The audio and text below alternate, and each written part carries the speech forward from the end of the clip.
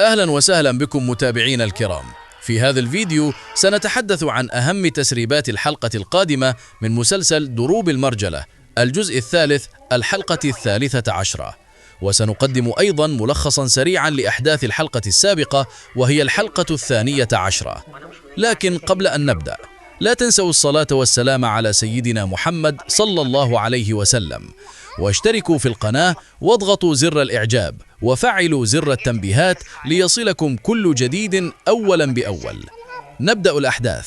بدأت الحلقة عندما شاهدنا أن رشا هي من كانت تريد إطلاق النار على شاهين، وهنا انهار شاهين بالبكاء لأن أقرب الناس إليه كانت تريد إيذاءه، لكن رشا حاولت أن تبرر موقفها، وقبل أن تكمل حديثها جاء أفراد القبيلة. شاهين ذهب مباشرة إلى الشيخ صقر وشرح له خطته بالكامل. بعدها شاهدنا رشا توضح لشاهين أنها لم تكن تريد قتله، بل كانت فقط تريد تخويفه حتى يتراجع عن الاتفاق مع فزاع. لكن رشا لا تعلم أن شاهين لديه كمين وخطة محكمة للقبض على فزاع.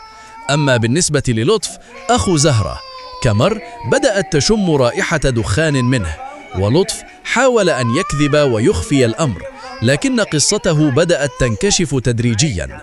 ومن المتوقع في الحلقة القادمة أن زهرة ستكشف حقيقة أخيها لطف، أو ربما يحدث ذلك في الحلقة 14.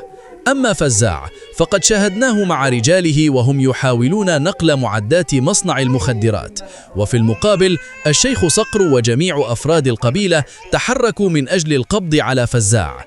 كما شاهدنا رشا وهي تذهب إلى شاهين في المنتجع وطلبت منه أن يذهب ويقاتل مع الشيخ صقر والرجال، لكن شاهين رفض.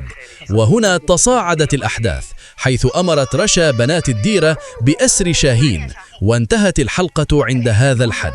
أما التوقعات، من المتوقع أن شاهين سيوضح الحقيقة لرشا، أو ربما تتدخل والدة رشا وتوقفها عند حدها.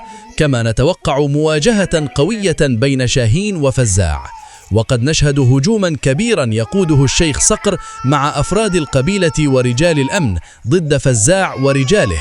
أحداث مشوقة ومثيرة تنتظرنا في الحلقات القادمة بإذن الله. وأخيرا اكتب لنا توقعك في التعليقات، هل سينجح شاهين في خطته أم أن فزاع سيكون له رأي آخر؟ لا تنسى الاشتراك في القناة والضغط على زر الإعجاب وتفعيل التنبيهات ليصلك كل جديد أولا بأول. نراكم في فيديو جديد.